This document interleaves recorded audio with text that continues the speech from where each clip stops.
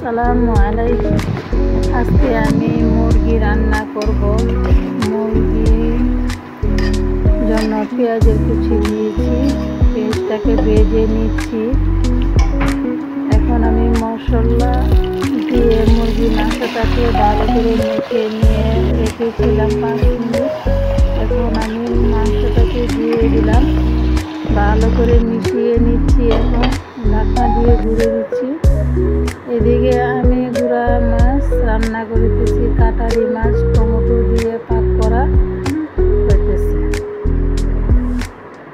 আমার গুঁড়া মাছটা হয়ে গেছে, আর এদিকে মুরগিটাও কষানো হয়ে গেছে।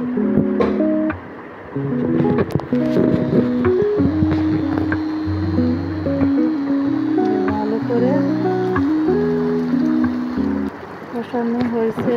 এদিকে ভাত রান্না করা হয়েছে, এদিকে ডিম রান্না করে